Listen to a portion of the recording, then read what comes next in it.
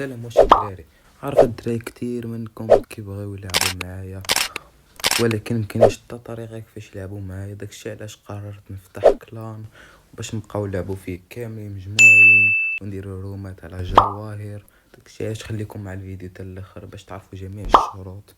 شو هي؟ المهم الدراري، الكلان راه هو هذا كما كتشوفوا. باقي يلاه بديتو شي يومين هادي. الكلان الدراري باقي ليفل واحد. كما كتشوفوا الدراري، الطاق هو الريف. خصك ضروري ما دير الطاق. والدراري الاعضاء اللي في الكلان هما هادو. كاين هاد خونا هذا. كاين الدراري ماشي شي اعضاء كنعرفهم، ما كيعرفوني، ما كيجمعوش الجلوري بزاف. هاد القاتل. وكاين الدراري الهبل هما اللي كاينين في هاد الكلان هذا.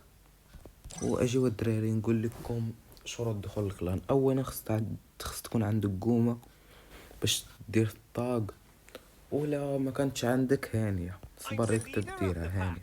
ثانيا نكون ليفل تاعك فوق 30. ثالثا بقى لعبت مع الجلوري هانيه تجمع، واخا ما تجمعش بزاف، مهم تكون فايت 100 تاع الجلوري كل مره ملي تحدث الكلان وصافي. هادو هما الشروط الدراري. زائد بغيت نقول لكم الدراري بلي راه الكلان غادي يكون ترومت على جواهر. وبعد المرات الدراري غادي نصيفط، مثلا لقيتك مجمع الجلوري بزاف غادي نصيفط لك بويا باس كل مره الدراري. واش الدراري كانوا هادو هما الشروط تاع الكلان والمزايا تاعهم تاع الكلان. هذا الدراري هو الكلان. اللي بغى يدخل هذا هو الاي دي تاع الكلان. ها هو الدراري راه غنخليه ليكم.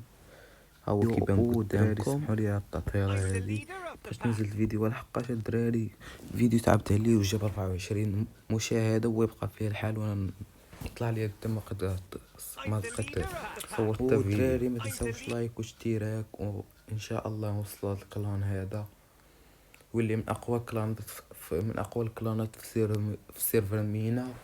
وما تنساوش. السلام عليكم.